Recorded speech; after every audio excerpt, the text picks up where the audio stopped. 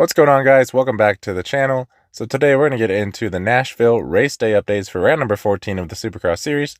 We're going to go over everything you might need to know before we get into racing and the night show, as far as track conditions, injury reports, and anything else that might have happened that you may or may not be aware of. Alright, first thing we got to talk about is, again, the weather. So unfortunately, the weather is playing a little bit of a factor again this weekend. However, it looks like it's not going to be nearly as bad as it has been. They did have to cancel press day riding. It looks like there was some weather in the area during the week and on Friday. However, Friday night and Saturday morning, it looks like it's going to be clear. So I do expect that Dirtworks will be able to manage that and get us a pretty raceable track come the night show.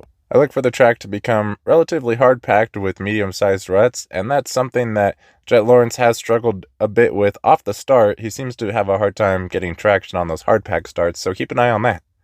Next thing I want to talk about is the injuries. So coming back this week, we have Dean Wilson returning from his broken shoulder blade. So awesome to see that. This is his last full-time season racing Supercross. So having him back and going out on his own terms is great to see. Kind of like Adam Cianciarulo. So love to see that. Unfortunately, Aaron Plessinger is going to be out. He suffered a broken arm near his elbow area. So he's going to be sitting out the remainder of Supercross. He's hoping to come back in time for Pro Motocross. Dylan Ferrandis is still out with his lung infection. Got some questions and concerns with that, but long story short, he's not going to be racing this weekend. Hoping to come back next weekend. Christian Craig is looking to return soon. He's feeling a lot better. His elbow is doing good, but he's still going to be out this weekend. Logan Carnell had that nasty injury in the opening heat race at Anaheim 1, and he's actually back on the bike, but he's still going to be out this weekend. John Short is also still out, looking to come back in Denver, as well as Aaron Tanti, who is also out and looking to return in Denver. Moving on to the 250 class, quite the laundry list. We have 18 riders to talk about, so I'm going to kind of fly through it a little bit. So we have Seth Hamaker, who is out. He unfortunately went down last weekend, and he's not going to be competing with us this weekend. Max Voland, still out. Austin Faulkner, still out. Evan Ferry, still out with his shoulder injury. And it sounds like there's some more drama behind that as far as him and his team. He may not be moving forward with Triumph, so really kind of off to a rough start. He made his first ever pro start main event out of the LCQ, had a great start, and then ended up doing a faceplant into the wall, and we never saw him again. So it could be a one and done for him in Triumph. Really hate to see that for him. Hate to see that for Triumph if that's the case. Hopefully we can see him back on whatever bike he gets to ride. But whatever the case may be, he is not going to be with us this weekend. Michael Moseman was finally able to make a start for the Star Racing Yamaha team, but unfortunately he is now out again. Styles Robertson is also still out. Unfortunately, it doesn't look like he's going to be racing any Supercross with us this weekend. Jeremy Martin is out with his concussion. He won't be coming back. Jet Reynolds, same could be said for him, except for that's his shoulder area. Colin Park also going to be out till motocross. Dylan Perez is still out with his broken femur. Now I'm just going to finish off everyone else's names that are also out. We have Devin Harriman, Derek Leatherman, Dylan Schwartz, Dominic Thury, Derek Kelly, Luke Neese, and Dylan Walsh, who are all going to be out of the 250 shootout. Now, moving on to the point standings, coming in on the 250 classes, we have Cameron McAdoo and Levi Kitchen leading the points. Then behind McAdoo, we have Vial, who is 4 points down, and Hayden Deegan, who is 13 points down.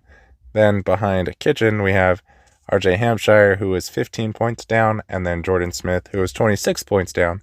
So as you can see, Levi has a little bit more of a gap going into the showdown when you compare it to his teammate Cameron McAdoo, who only has a 4-point lead over Vial, and even only a 13-point lead over Deegan, who would theoretically be in second place in the other championship, as he's closer than RJ is. Now, having said that, there can be quite a big point swing in the showdown, just based off of the fact that there's a lot of fast guys in there and they can get in between each other. This could be a good opportunity for somebody like RJ or Hayden to try to get in there and make up some big points and really get back in the fight in this thing. Having said that, though, not that it's very likely to happen, but if Hayden Deegan were to win every single round and win out the season, and Cameron McAdoo were to finish second right behind him, he would still not win the championship. So just Hayden winning out the season would not even guarantee him a championship win. So really, he needs to focus on just trying to win all the races and hoping that McAdoo can make some mistakes and that he could gain some more points. If you're Tom Vial, I think you're just looking to get a solid start and just ride up there and try to get a podium and carry that momentum into the final few rounds, and he might be able to stay in the championship fight pretty well himself. And then if you're McAdoo, kind of the same thing. Just try to get a good start, stay up towards the front, bring home a first or second, and just try to either stay right behind Deegan or preferably in front of him. And if he's able to do that, I think he could kind of manage this championship from there on out. Now, we do have one other showdown race, which could have big championship implications, but if McAdoo can hold a big lead going into that, he could kind of manage that race, which I think is what he's hoping to do. So if he can just get a solid finish this weekend, he may be able to do that. Shifting our focus over to Levi, I think if he can just get on the podium, then I think he could kind of do the same thing, just manage the rest of the series. However, I do think he could be considered a favorite to win, so if he does that, then things are just really not looking great for anybody else. Now, if you're RJ, you're just going to have to go back to that good old RJ speed and just let it all hang out and just hope that you don't crash. He really needs a win, and he's going to need Levi off the podium to really gain some good points and try to get back in the swing of this thing. Not the likeliest of scenarios, but definitely something that could happen. Moving over to the 450 class, we have Jett and Cooper tied at the top. Now, this doesn't happen very often, especially this late in the season, but when it has in recent years, the person who caught up to the leader and tied them did not end up winning the title. So in that aspect, if history repeats itself, Cooper's odds are not stacked in his favor. However, this is Cooper Webb we're talking about, and that man does not give up. So we really can't count him out or look to history to determine the future too much. But having said that, that's the trend that things have been in the past. Generally speaking, when someone is able to catch up at the end of the season and tie for the points, they don't end up closing the deal. Now, having said that, Jett is looking to be the fastest rider, so I do think he is still the favorite for the title, but I really think that Cooper's in this thing, and I think it's going to be a dogfight to the end. And then having said that, we do also need to mention Chase Sexton, who is not that far behind. He's only 15 points back, and then we have Eli, who is pretty far back, but technically still within somewhat of a striking distance. He's 30 points back, but I mean, realistically, that's really not that obtainable. That's over 7 points per round that he would have to make up. So he's going to need to do a huge chunk of that in one night. So we'll see if that does happen. He's going to have to pretty much win out the series, which is possible, but not likely. But either way, it's going to be cool to see how Eli handles it.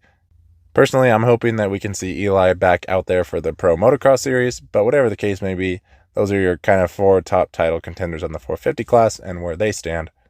One other thing I did think that it was worth mentioning, if you look at the track map, it looks like they have a similar dogleg wall jump leading into the whoop section, kind of like what they had in Indianapolis, where the guys were jumping off of the wall jump and into the whoops. So I'll have to see who can carry a similar line like that into the whoops. Jett was absolutely nailing that, so that could be something he used to his advantage this weekend. And so I'm just curious to see what the guys do if they're, able to take their experience from that race and transfer it over to this same type of track build. It's not something you see too common as far as on the supercross tracks. It doesn't come to mind that you'd have a angled wall jump leading into the whoops, but this particular build seems to have the same type of thing. So I'm curious to see if that's something they start to implement more regularly on the track builds. Could be kind of a way where they're trying to bring some skill gap back into the whoop section when they implemented the 9 whoop rule. I'm not entirely sure, but whatever the case may be, just something I thought worth noting. Having said that, I'm going to go ahead and leave it there. That's going to do it for your race day updates for round number 14 in Nashville. Hopefully we have a good race. Hopefully everything pans out. I'd love to see the championships come down to the final round, so hopefully things stay tight. We have some good battling back and forth. Everyone stays safe. We already have over 18 guys out on the 250, so hopefully we don't have to add any more names to that list. But that being said, hopefully you guys enjoyed the video. If you did, feel free to subscribe. I'm going to keep it rolling all season long. Thanks for tuning in. Everyone do your best to stay safe out there, and I will see you in the next one.